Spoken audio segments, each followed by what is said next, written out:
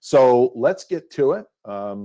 Testing your APIs with Postman, Newman, and beyond. I've added some and beyond stuff because in this Postman crowd, I think we need to kind of step up our game a little bit. So let's see how that goes. We've only got 30 minutes. I'm going to do my best. So first of all, this is me. This is how you find me on LinkedIn and GitHub and Twitter and YouTube and all sorts of other places. I'd love to connect with you. I'd love to learn about what you're working on, what's challenging for you, what's interesting to you, and what you're looking forward to in the future. This is really my chance to connect with you. When you do connect with me, please remind me who you are, and I'll be sure to follow along as well. Just a brief mention, what I've been covering is actually in a book, and this book is available now, Design and Build Great Web APIs from Pragmatic Publishers. So if you like what you see here, this book actually covers the whole life cycle from start to finish. It's got tools everywhere. And this talk here is just a small portion of the testing chapter that I have. So big picture, I want to talk a little bit about the goals of API testing. It turns out API testing is not the same as code testing. And we'll talk about why and what it makes sense and what you want to keep in mind along the way. I want to talk about a technique that I developed quite a long time ago that I call simple request testing, or SRTs. This is a chance to do some super millisecond quick testing.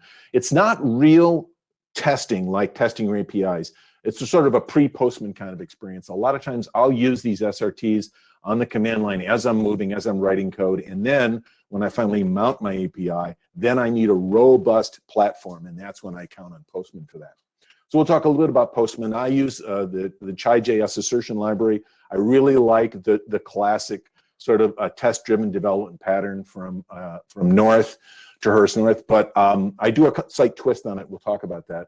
And finally, I want to spend a chunk of time on automating testing. And I love the Newman utility that was released a few years ago. I use it every day, all the time. And I've even combined it with some other bash scripting. So I built myself a sort of a mini pipeline, and that's sort of the added thing that we'll do at the end. And then we'll just do a quick summary.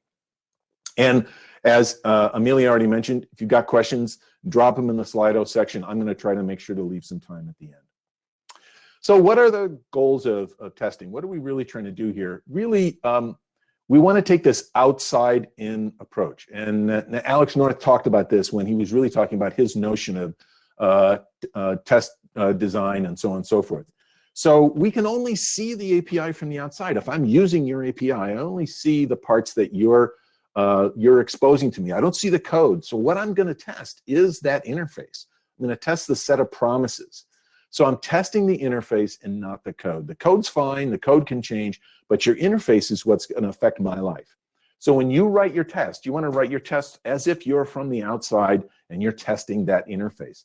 So it can be hard sometimes because I know some things about the code that most people don't, and I don't want to get too tied up in writing tests about the code. I want to write the test about the interface. Now, the simple way to do this is to focus on validating inputs and outputs and resources. I want to make sure that the URL, the endpoint, actually exists, that it responds as it's expected. I'm getting a 200 or 201 or whatever the case may be. I want to know which methods I can use on it, or which parameters to pass, which response bodies I'm going to get back, and so on and so forth. Those are just the minimal elements. So you can think of each of those as just sort of validating that the thing exists and can be used. It doesn't actually tell you whether or not you're actually completing a task. You might need to have a series of APIs. There are all sorts of other things involved in that, but at least validating is that first really important step. But what I really want to do is confirm the behavior. I don't just want to know it exists and I can use the post. I want to know what you're promising to do and what you're promising to return, right? So I want to know expected behaviors. Does this allow me to create a record? Can I create a set of records? Can I create related records? Do I have to link this record to another record? These are the behaviors that I'm really looking for. And of course, there are two key parts to this. You want to test for what I call the happy path, which is the 200 OK cases, creating records, updating records, patching records, filtering, and getting the right response back, and so on and so forth. But I also want to test for the sad path. I want to make sure that I get 400s when I should be getting 400s. I shouldn't be able to create two records with the same ID. I shouldn't be able to create a record without a status field. I shouldn't be able to link these two records because they're not related. Whatever those rules are, I need to make sure that your API is also meeting all those promises as well. And that's really what you want to set up for testing as well. So happy path and sad path are really two real important concepts for testing. Okay, so fine. How do we start going about doing some of this work now that we know what our goals are? And this is where I talk about this notion of SRTs. Just simple request testing. This is that sort of first level that I talked about a few minutes ago, this notion of validating what's there and what's not. It's a great way to validate endpoints. I need to do that at least first. And a lot of times when I'm building, if I'm building from a spec, I know somebody mentioned APIs, open API spec. If I'm building from a spec or building from a set of documentation, I'm looking at it, I'm trying to make sure that I'm following the rules, and when I put it into code that it actually matches up. So validating is a great way to do that. So I want to confirm that URLs respond in these little tests. I want to validate the bodies coming back and so on and so forth. Now, I use curl. I use curl to do this because curl is a real handy UI, CLI utility, and I'm a real CLI nut job. I've just been doing it a lot, so it makes lots of sense to me. You could use wget. You could even write a little test harness. I work with a lot of companies that write their own little test harness in Java or JavaScript or C# or whatever. As long as you keep it really lean, what we're really doing is just validating here. And then I usually pipe the results to an output file, and I inspect those visually, just with my eyeballs. I'm not really looking for automation here. I'm not really looking for complex behavior testing. What I'm just trying to do is make sure that I get the 200 when I'm supposed to, that I get the body that I'm supposed to, when I pass the parameters that I'm supposed to. Not a lot of complication here. So I'm just trying to eyeball the results. For instance, I expect to get errors in certain cases, so I'll validate that error and so on and so forth. Does it fail? Does the body look okay? And that's really all I'm aiming for here right now, is just this ability to kind of test things out. So you can sort of see here, I'm gonna switch over now to make this a little bit easier, and then we'll switch to a demo view in just a second. I've written a small bash script that actually wraps curl with takes advantage of some extra features and allows me to write a super simple text file. I can just write a text file that has a series of elements on it, and I just go through URL after URL after URL with its method and in its data and possibly headers if I need to, just to make sure that everything works okay. So what I'm going to do is I'm actually going to flip over here and go to my setup here. So this is basically a simple API. This is just a company record, add sort of CRUD style API. I'm going to go to the text folder here. And let's go ahead and look at this list. So this is actually the list of tests I want to hit. I want to say, is the home URL working? Can I get a list? Can I filter the list? Can I post a new record? Can I update that record? Can I patch it? Can I delete it? Those are all of the sort of happy path kind of items. And then the rest are sad paths. I should get an error if I try to get a record that doesn't exist, or if I try to delete something that doesn't exist. If I try to build something that's incomplete, that's missing elements, or has elements that are set incorrectly, right? So I want to do all those things. And then usually I want to try to clean things up when I'm done. So just the ability to do this, what I actually do is as I'm writing my interface, my API, I keep adding to this file. And notice it's not a full-on test. I'm not testing a lot of detail. I'm just doing some basic testing here. So what I'm going to do here, oh, let me just run the test here. So this will actually fire up the service. I'm doing this in Node, so it's pretty easy. Fires up the service and then runs all those tests for me. Now I could pipe that test output if I wanted to, but I just want to make sure I run all the tests. Now it ends with all of the sad path tests, so you can see that I'm getting the errors that I would expect. Just to show you briefly what this script looks like, and this script will be shared, so you can actually use this as a sort of a starter if you want to build something like this yourself. You can use this if you're doing Node, it's easy, but if you need to modify it, you can.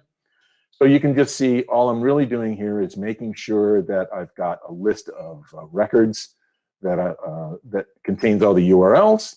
Then I start up the service. I use npm run dev. I use a couple of named instances in npm to make sure that I start up the version of service that I'm looking for. I'm doing that as a background process. That's what the ampersand is. I wait a few seconds for the service to spin up. It's a hack, but it works. And then all I do is I just open that file and I go line by line by line, and I execute curl. And I execute curl directly to the screen or to an out file if I need to. And that's really all there is to it. So all I'm really doing here is spinning up the service, taking a list of URLs, and crashing through them just to get some output results. And this is a great first step. And it gets you kind of warmed up. It gives you a sense of what's going on. And it emphasizes the idea that I'm not actually testing anything except the interface, the API, right? So let's go back over here. All right. So let's go to the next step. I want to talk a little bit about how I use Postman. I'm not going to get into how to use Postman. There's so many great talks here about that, but I want to just sort of give you a hint into what's going on in my brain, which might sort of explain, if you see me doing weird things, it might sort of explain things a little bit. So let's go ahead and do that. Let's go back here. Very good. So I want to talk about the platform itself a little bit, the idea of its collections and folders and requests and how I kind of manage that in my head. And then a little bit about the libraries. I think one of the things that is so cool about the Postman platform is the availability of the libraries that I can use. So I can use the chai testing library, all sorts of other libraries, and I can do server-side stuff. It's almost like I've got my own programming platform, and that's really how I use it. I'm very much a sort of a programming nerd. So it used to be that I did all of this stuff as client-side installs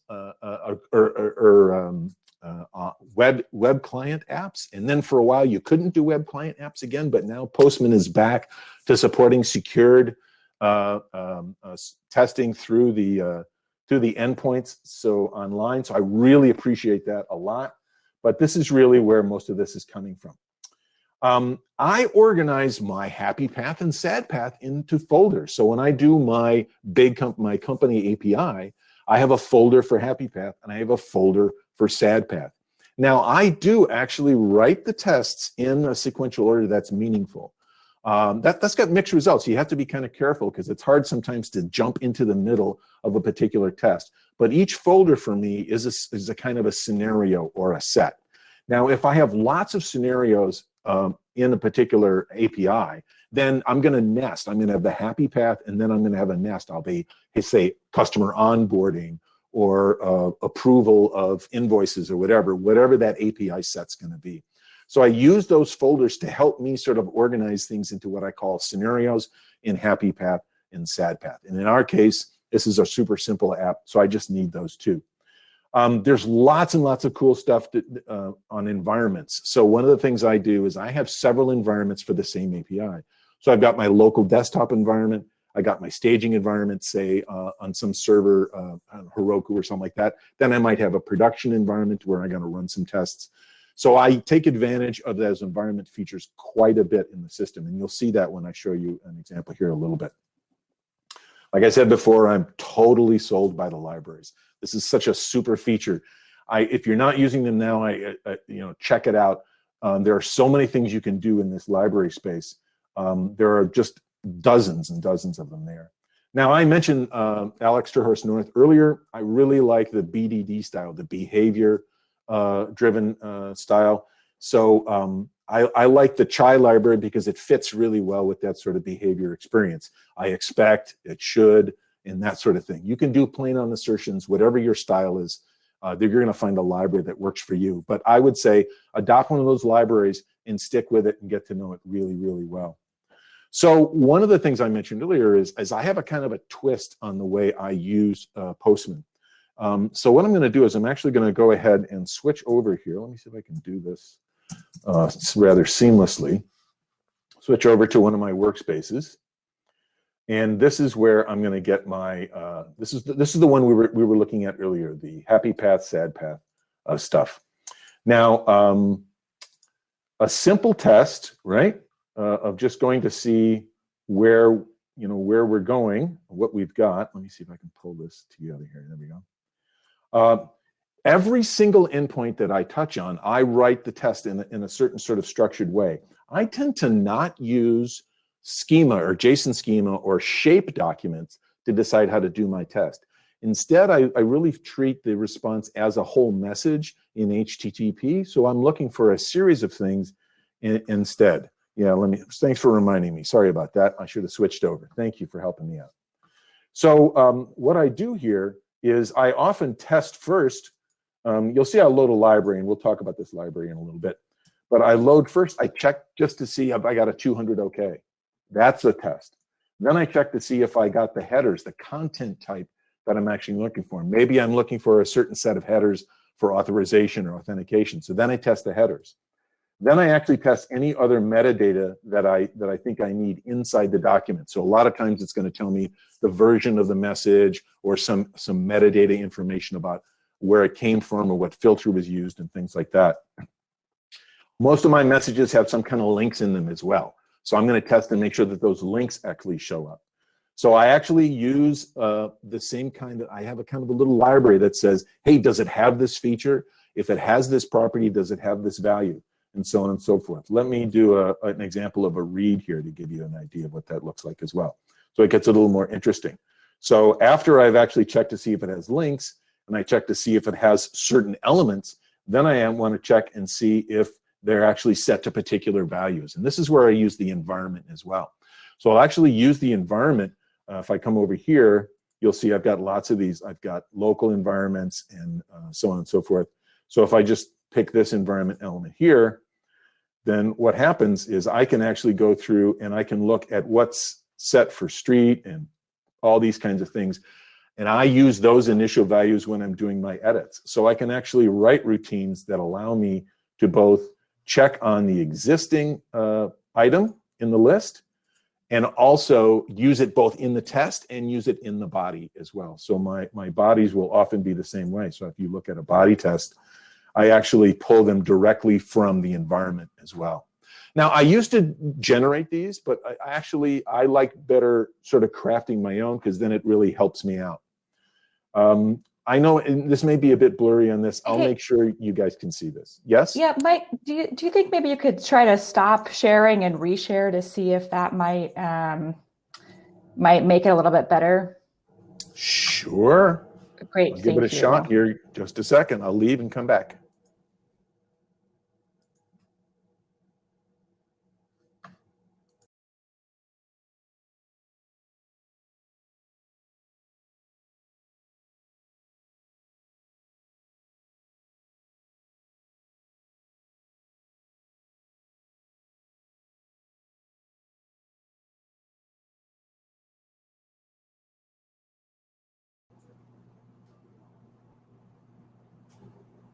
Is this any better?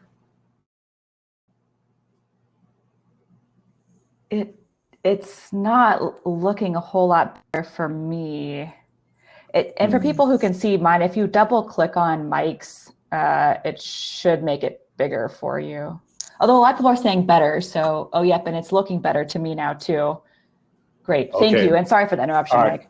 Oh, no, you're totally fine. I appreciate it. Thank you very much for helping me out. Okay, I want to make sure to talk about the next step. So I'm going to go ahead and move on from this. So the basic message on that is this notion of using the structural element. Test your status, test your headers, test for your body structure, and then test for your body content is a really efficient way to write tests. And you can actually build up a pretty decent library. And I share this library in the repo that I'm going to share with you later to actually do all these in a pretty easy way. Check a link, check a body, check a header, all these other things like that. So fine, so I've got this test suite written, and I typically write dozens of tests. So this one company API, which has like 4 or 5 unique endpoints, I probably have about 170 assertions or something like that. Doesn't take long to add up. But what I want to do is I want to start automating them, and I love this tool called Newman. There's a lot of inside jokes for you Seinfeld fans. You could sort of figure out why Postman would have a tool called Newman. But the idea is really, really simple. You can just install this easily, and then you can run Newman against a collection ID. And we'll talk about what collection IDs are in a little bit. Now, what I do is I actually use an API combined with Newman.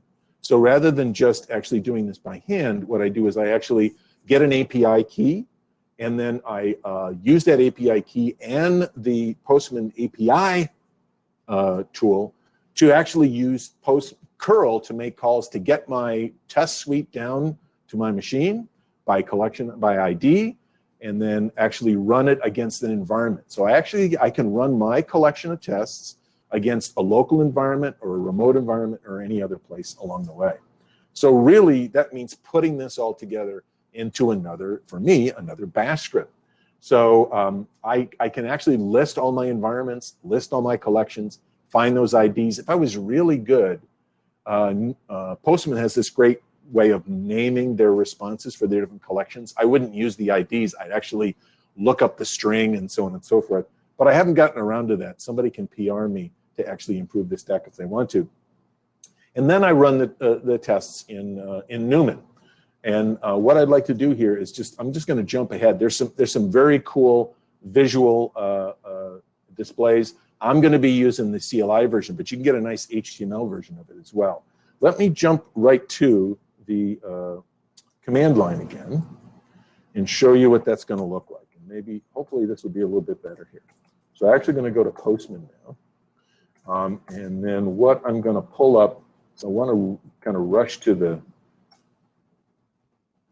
important parts. This is the section right in here where I'm actually doing the call to Postman's API. So I'm actually doing a get to Postman server to get a collection ID using my key, and then I save it, and then I get my environmental ID and then save it.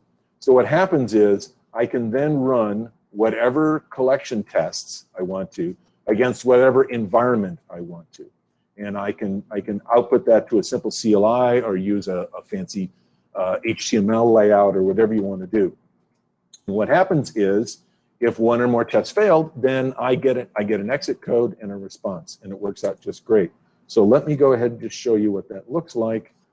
Give me a second here, if I remember how this is going to work.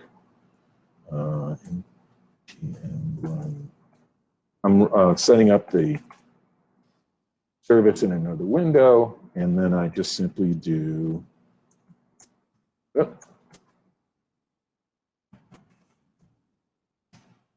Run sh local, so I'm going to run it against my local set. It's going to do the same thing. It's going to fire off all those tests, and everything passes. That's great. I can actually check my list, my output, see how that goes. There's my output, and you can see it goes through each one of these local files, checks my post, checks every assertion that I get, and down at the end, gives me a nice little report at the end. So now I have this way of actually just running this script every time. So whenever I do a build or whenever I do a check-in, this is the one that I run. So what happens is I run it as part of a series, a kind of little CI/CD pipeline. And if it stops, I have another script I won't show here. It actually doesn't complete the check-in, right? So it won't let me check in unless I run this little routine successfully. So now there's actually, this is the plus that I wanted to make sure I covered. Let's make sure we get to it here. And that is actually building your own little mini pipeline. So I can do my build, and then say I want to deploy to Heroku, which is often like a testing or a staging platform for me. I can do the same run with a remote. But what I can do is I can actually put it all together in a final script that actually allows me to test before I commit, and then after committing, post to deployment, and then test in deployment as well. So you get this multiple step process here. So let me show you what that looks like. And then we can do some time with questions. So what I have here is what I call my launch script. And launch does just what we talked about. It actually tries to run the test locally. And then if it passes, it goes ahead and does a commit. And then when it does the commit, then it runs the tests again to make sure that it works, and then tells me if the deployment was successful. So let's see what that looks like here. Give me a second to fix this part here, over here. Launch, And that's all I need to do is launch. It's going to start up the tests. It's going to run them locally. If that works, then it's going to go ahead and deploy, and then it's going to run it remotely as well. Now, I didn't get a deploy out of the deal because I didn't touch the project in some way, but it's actually running the deployment remotely now, firing up Heroku. This is taking a second, but at least it's successful. Now, if I do this, git status. Yeah, so it's generated a few records. I'm just going to go ahead and do git add all git commit updates. Maybe you can do this. Isn't it painful to watch me do this? Now I can do git push to my local master. And now if I run this again, it'll actually run the same set of tests. And this time it should actually kick off a change in Heroku, since it'll notice a difference. There's my Heroku posting as well, making sure that that goes live. And then it'll run the tests once it's posted to Heroku again. So this is a nice little way to take all of these pieces, this fantastic platform that Postman has, this great set of command line tools, a little bit of bash scripting, and a few other details. And then before you know it, you've got a nice little setup without having to add a lot in one step. So let's just do a quick review, and then we can move on to questions. All right, give me a chance here. There we go. So what's really going on? We talked about this idea of the outside-in approach. You want to test the behavior in both happy and sad path.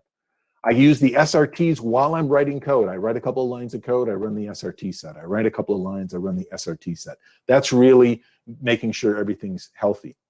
Then I actually set up my real tests in Postman. This is when I really get the work done.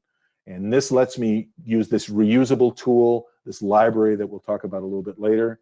And then finally, I take all of that and I automate that with some script files.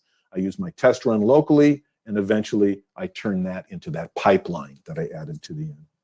So hopefully that makes sense. Hopefully it's helpful. This link will actually take you to a page that has the slides as well as the a link to the repo.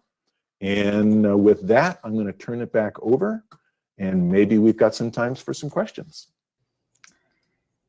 Great. Well, Mike, that was super awesome. And based on the chat, everybody thought that was incredibly informative and wish that you had another several hours to share your vast knowledge with us all. So I'm going to go through a few of the questions. I think this session is going to stay open. So if you have to run, let me know. Otherwise, I don't need to go until 11. So let's get through a few questions. It seems like the most popular question is one you addressed, that the slide deck will be available at the linked site. So that's so great. Thank you.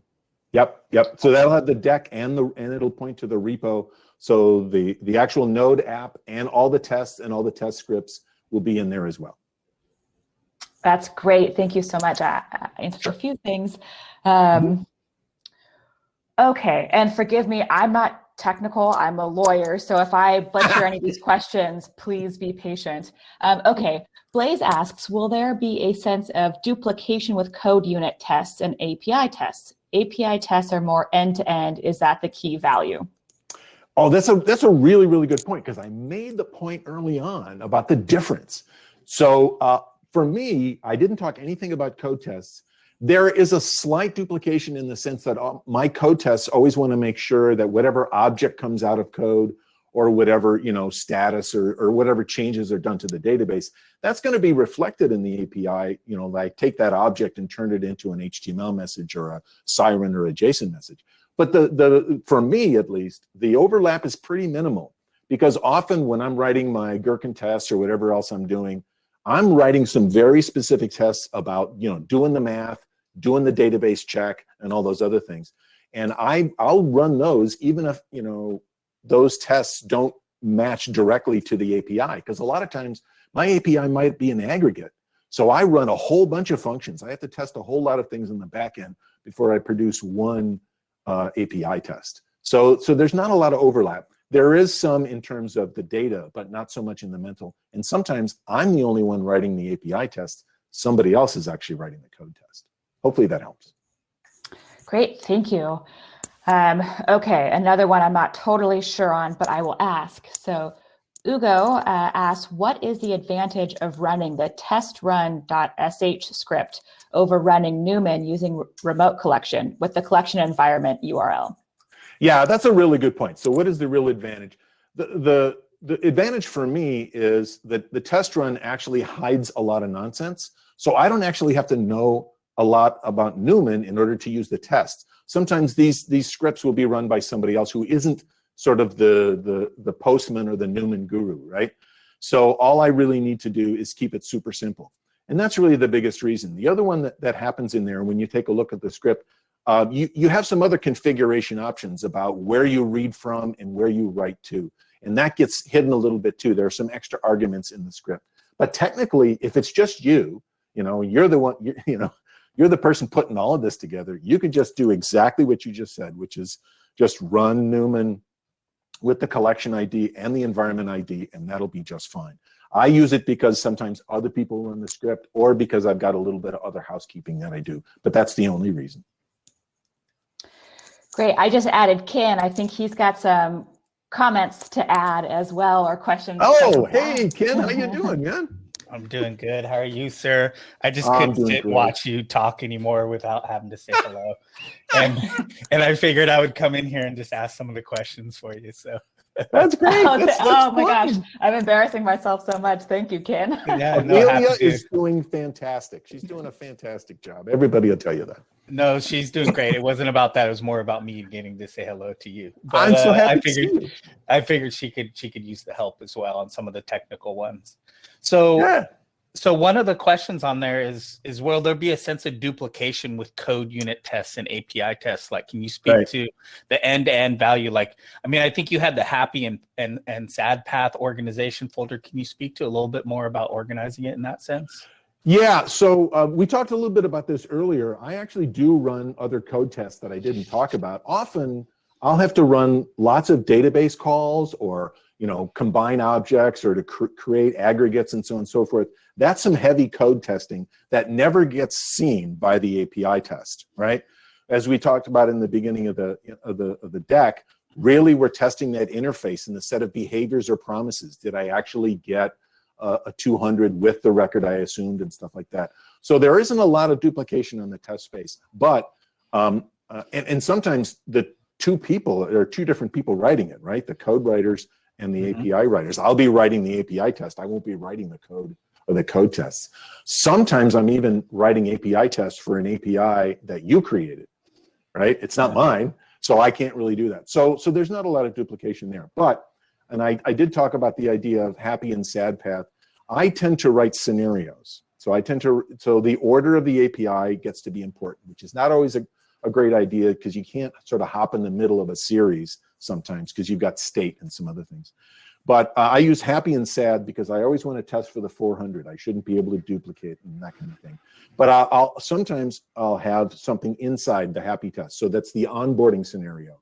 That's the approval of invoice scenario. That's the customer interaction scenario. So I still will have other folders in there. I tend to use folders as this sort of sequential set of things. Sometimes I have a sort of an extra folder of just odd things and stuff like that. And it gets different when I start writing for versioned APIs. In versioned APIs, I write a brand new collection just for the new version. And so you individual collections for each version, each major version or minor? No, so here's the thing. So each time there's an update, this was not a question that asked, I just volunteered this idea, but what I do is I have that initial test suite. When I go ahead and create a new version, I'll create a test just for the features of the new version. And when it's time to do production, I run both the original set and the feature set. I don't rewrite the original tests. I keep all of the old tests because I'm trying to maximize backward compatibility as much as I can. So often you'll see in my collections that it's actually just a feature. It might actually only be a handful, like 20 or 30 assertions or something if it's just a really small feature.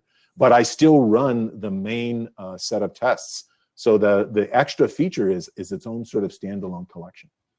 Nice, nice. Yeah. Travis Needham is asking about like how do you generate your sad path scenarios? Like, I'm curious, what's your inspiration for the sad path? Oh, it's great. Like a funny. No, it is. Yeah, sad path. So I want to make sure there are rules like this field is required when you're doing a post. Oh, there's a test right there. I'm going to do a test when I don't include that field.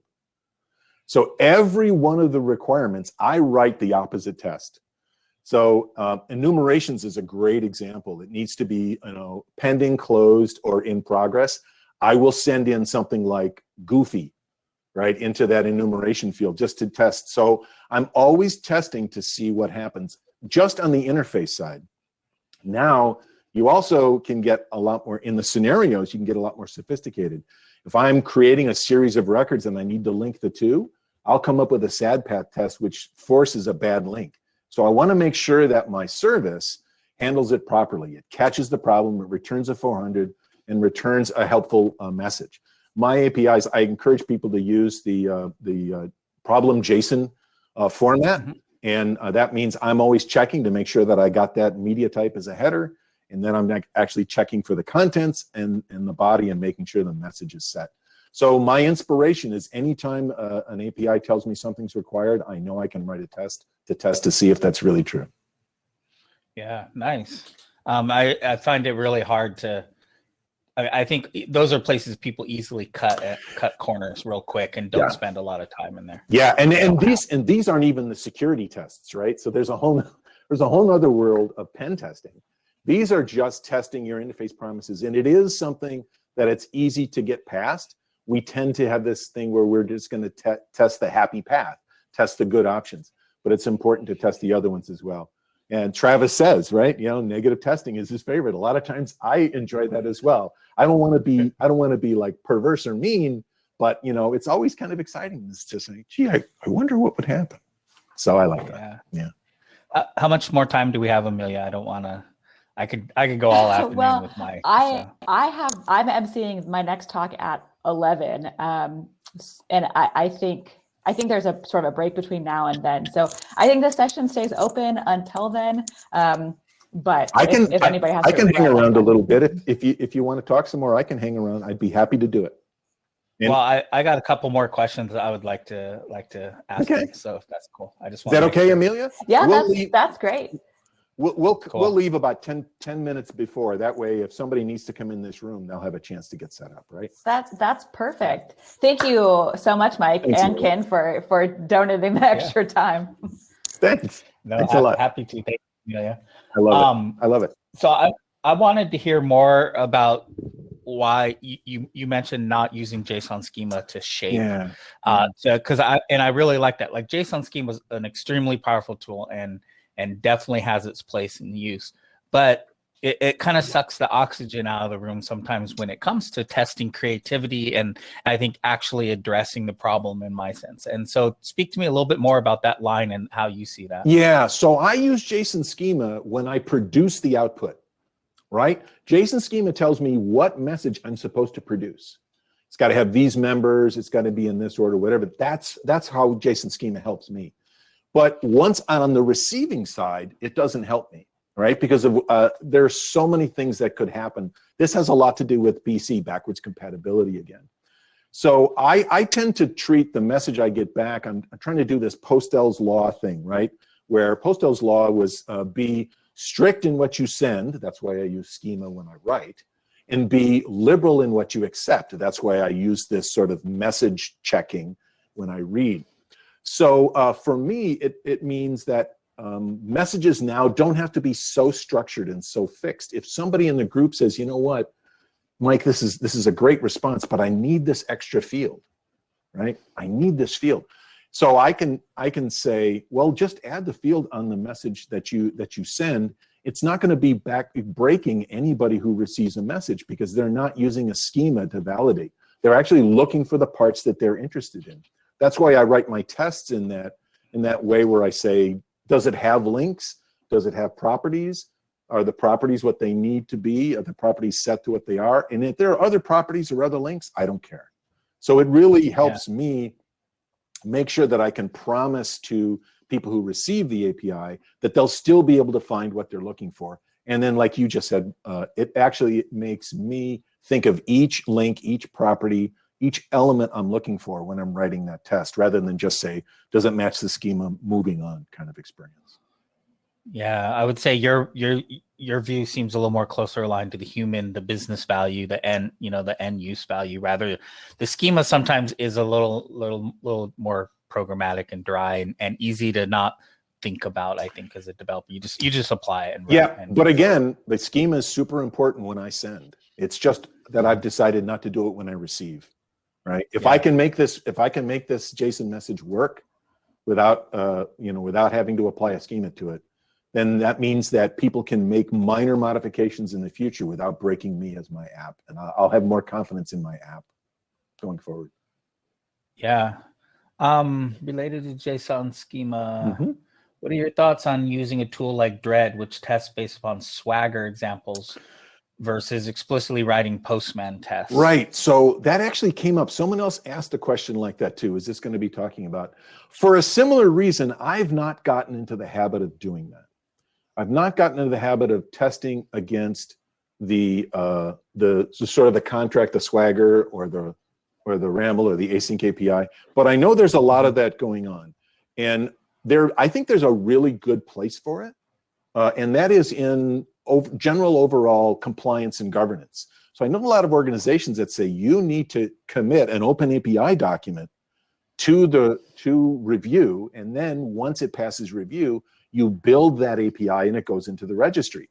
That way we know that everyone's using the same rules about how they're designing their APIs. Well, once it goes into production, is the production API really following the contract? That's really important from a governance standpoint. If something happens and you're starting to drift from the original contract, that's got security issues written all over it as well as compatibility. So I think it makes sense to do that, but I haven't really gotten into doing that. The way I tend to test is a lot more from just a client consumer point of view, rather than sort of a governance or a compliance management point of view. So I think there's a little there's a good place for that, but I just haven't had a lot of experience. How about you? Do you see much of that? Well, so I see a whole mix of it with the Postman customer bases. You have a lot of people who are very collection driven, and they create collections to define that truth of the surface area of their API. That's what they've been doing for years. Yeah. You have another slice that, well, we got on the Swagger train, we got on the Open API train, and then now you have in Postman you can generate collections from those open APIs, and you can validate and keep them in sync. So it's a Swiss Army knife. You can do whichever. There's no right way. You can do it based upon how you want to for your team and your life cycle. My recommendations and how I do it is the open API tends to be the truth of what's possible with the API. The collections end up being more derivatives of that truth for specific business scenarios and purposes, because you can add more values and do more data injection with collections and scripting. And you can just do a lot more than you can on top of the open API, but they work in concert. So that's it depends on your approach. That's a good point. Yeah, I agree. So I'm gonna take it off the question base here. We got 5 minutes. I want to get some feedback from you on Newman and the command line. Is there anything you would like to see from the future for the command line? Because I know I'm going to be doing a lot of investment in Newman over the next 6 months. Oh, that's great. And the command line and being able to run Newman in different ways. Just off your top of your head, what are some things or directions you'd love to see? So I hadn't really given this a lot of thought, so I'm just going to do some things off the top of my head, which may or may not even be helpful or true anymore. It took me a while to figure out how to do outputs with Newman, like CMI or HTML. Like you have a sort of a plug-in architecture, I think, for the way outputs can get produced after you get your main output. So that was a little challenging for me to figure out. It was also a little challenging for me to find good plugins. So the ability to maybe host, sort of like you do with workspaces, sort of have this sort of plugin spaces for Newman would probably help me. One of the other things, and this has more to do with the way Newman interacts with your API. I made a comment in the talk. I wrote a little utility to help me associate collection IDs and environment IDs with things that I knew in my head, like my company, my sad path, my happy path, my feature one. So there's a mental step that I need to do. I actually wrote a script to always download my environments, always download my collections, and sort of inspect them and make sure that the one I'm looking for is there. And then I sort of hard code that into a configuration. So I take the name I know and turn it into the code, like, you know, the GUID that's going to be in the script. So an easier way to do that would help me a lot. If I could actually do Newman with names rather than, you know, IDs, GUIDs would be super, super helpful. But that's a sort of an optimizer, right? That's a developer optimizer kind of experience. So those are the things that come to my head. Yeah. Yeah, I second definitely that collections by name, like having a domain model that I can reference rather. The IDs gets pretty cumbersome and tiresome sometimes. Yeah, it does. I totally know why they're there. I mean, it makes perfect sense. So even if it's just a translator tool, right? So I've toyed with actually writing that, using the API to pull my environments and then associating names with them and then writing my own little wrapper script around Newman to go ahead and do the trundle, you know, find the thing and stick it in. We've all done this, right? You figure all these ways to kind of paste it together. But that's more of a convenience bit. I really like Newman a lot. I use it constantly, and it really makes a difference for me. So I'm more than happy to hear that it'll get a little bit more love again. And if you need something from me, let me know. I'd be happy to do it. Yeah, I'll definitely ping you. It's one of the things I'm fascinated by. It is our most heavily regulated customers use it. So when I was at AWS reInvent, Boeing would come up to me, government agencies, you know, Department of Defense would come and say, "Hey, we use Postman. We don't log in. We create collections, and then we run them with Newman, and it's like our religion. It's what we do. But we don't ever show up on your radar as a customer because that's like that's the open source slice of Postman. And so there's not a lot of visibility into it. But I'm going to be trying to crack that in the next 6 months. So we're running out of time. But let me just ask: were they actually authoring collections locally and then just using Newman to run them? Yeah, they don't sync their collections to the cloud. Because if you go to government websites like Department of Veterans Affairs, they have a Postman page where they say, here's Postman, you're not allowed to use it, but we notice y'all are using it. And if you're going to use it, here's how to do it. And you don't log in because then it doesn't sync with the cloud. Yeah. And that's how people are using it. And so I support it. You know, I'm you know, it's great. I just want to understand more about those use cases. So. Yeah. Now I notice in the conversations, you're getting a bunch of other ideas on Newman too. So this is going to be great. This is very, very cool. I love this. All right. I'll let you go. We'll feel free to answer more questions. There's a few more there in Slido. If you like, Mike, after you jump off here, but I tried answering a few and put a link to your book and stuff like that, but there's a few more in there if you want to triage. But good to see you, my friend. Good to see you, everybody. I will post the slides in Twitter. And if I miss you today, tweet me, DM me, we'll talk. Thank you very much. You've been a great audience. I love the feedback and I love the whole event. I'll talk to you guys later. Bye-bye. Thank you so much. Bye-bye. Bye-bye. Thank you.